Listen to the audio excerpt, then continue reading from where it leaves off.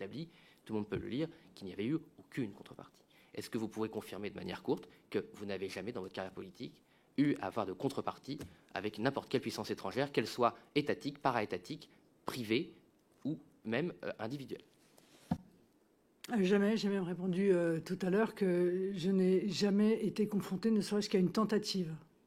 Voilà. Et j'en ai conclu que ma réputation me précédait. Et je trouve qu'elle me va, pour le coup, ça me va bien d'avoir cette réputation-là. Merci. M. Tanguy. Oui, merci, Monsieur le Président. Depuis 5 ans, la vie politique française est agitée.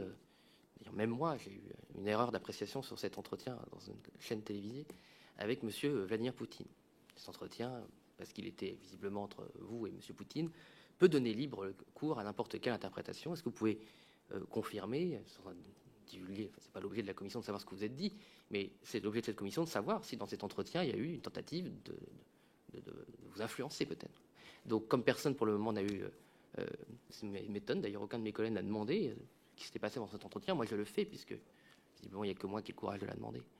Donc, est-ce que lors de cet entretien, il y a eu une tentative, de vous faire passer des messages politiques, de vous demander quelque chose, d'avoir une position différente de celle que vous pouvez avoir, vous, votre parti politique?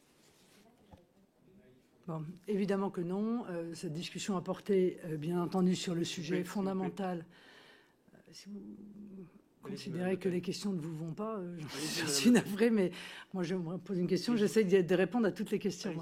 À porter sur un sujet qui est un sujet fondamental et qui agitait la classe politique et qui même, pardon de le rappeler, rendait à peu près la classe politique d'accord, c'est assez rare pour le dire quand même, qui était la nécessité de parler et accessoirement de travailler avec la Russie pour lutter contre le fondamentalisme islamiste. Voilà.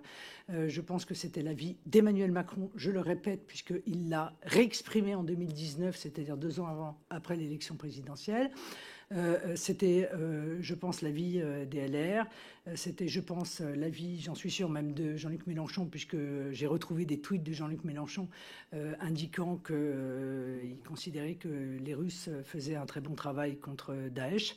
Voilà, donc vous savez, il y a assez peu de points communs. On arrive assez rarement à être d'accord tous ensemble sur quelque chose, mais là, il y avait, semble-t-il, un accord sur quelque chose. Donc on a évoqué, évidemment, ce sujet de la sécurité en Europe et donc évidemment de la lutte contre le fondamentalisme islamiste de la Syrie, de la Libye, de tous ces pays qui sont également des pays d'immigration forte, enfin de passage d'immigration forte avec les risques que nous connaissons d'incursion de terroristes islamistes à l'intérieur de ces immigrations.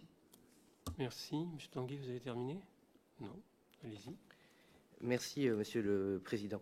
Lors de votre propos liminaire, vous avez indiqué que vous soupçonnez que les accusations d'ingérence dont vous faites l'objet puissent être justifiées par le fait que la France entretenait, les gouvernements français, quels qu'ils soient, depuis Jacques Chirac, entretenaient des relations économiques étroites et croissantes entre la France et la Russie.